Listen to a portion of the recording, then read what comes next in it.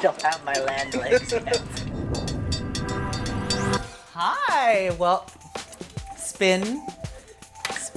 Hi, it's me, Sakura from the cast of season 12 of RuPaul's Drag Race. Today, we are going to be doing a underwater shoot with an outfit that I literally just made last night. I stayed up all night making it. This is kind of like a look inspired by like Baroque, Starlight, Nightdom. I also wanted something that would float in case I, during quarantine, forgot how to swim, because I might die.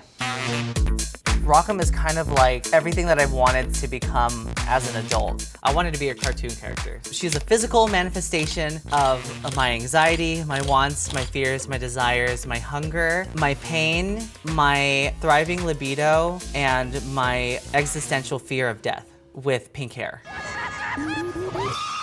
Do you like my one white eyebrow right now? This looks sickening, right? This is the whole look. I'm just gonna be a grandma thrown into a big bucket of water. Before I started doing drag, I was pursuing a career in illustration and animation. I was in the longest artist block.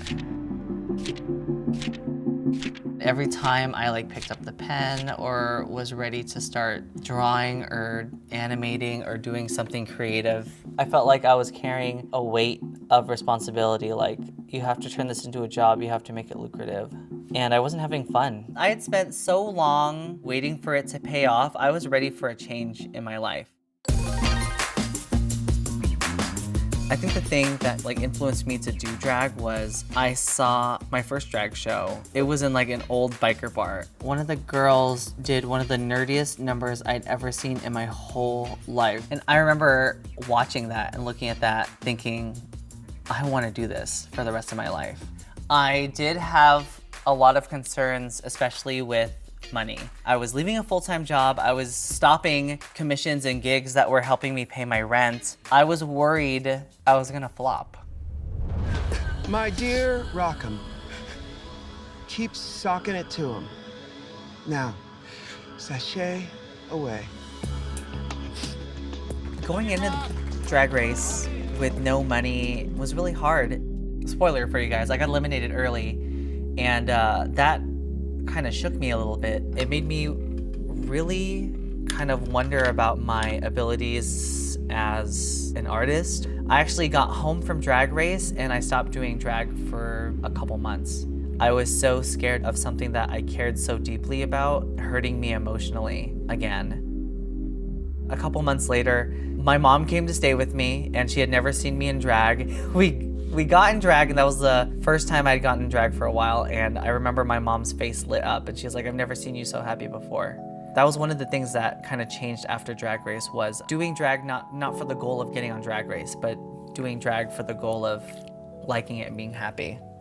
Okay, mood lifter. Since then, things have been really good. See, you know what? We got the energy back up. Did they change the background music? Good, they changed it to like that upbeat one. So after Drag Race and everything too, I was able to kind of work through my feelings, especially with going home early and everything. If we didn't make mistakes, if we didn't have these hard times, we wouldn't be the people who we are today.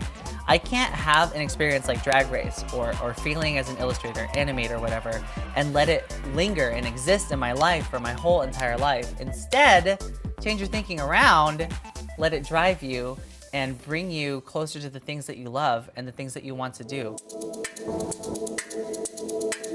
I've been wanting to do something like this for a couple of years, actually. The concept for this photo shoot, a lot of times in mangas, people do like poses, which are very like nonsensical, out there, kind of like fantastic. Their clothes do like weird, drapey, flowy things, like there's constantly wind flowing around them. I thought that doing an underwater shoot would be the perfect place to kind of have those same physics.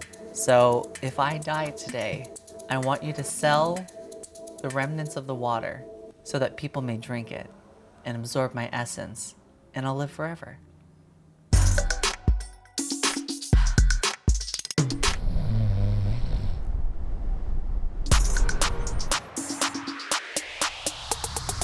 All right, so this is the final look. I wanted to go for something really subtle, you know, just like going to the grocery store kind of concept. Oh, I have a sword. I don't know why anyone would trust me with a sword, but I have one today. The cameraman just backed up. Thank you so much. I think it's time we get in the water, right?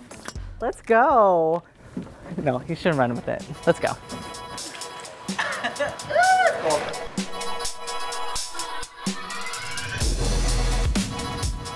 If you want to change, you feel like whatever you're doing now is not right for you, you want to do something else and you feel very strongly about it, what do you really have to lose?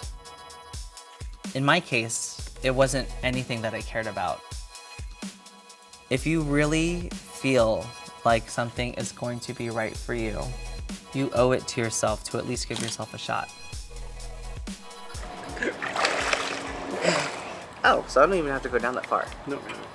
I think I just misunderstood the assignment.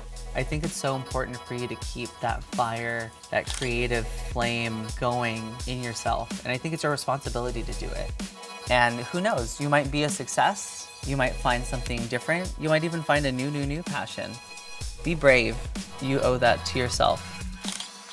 The photos came out so good. They were like everything I wanted. I felt like Joan of Arc goes to an anime convention and then she has too much Pocky sort of vibe.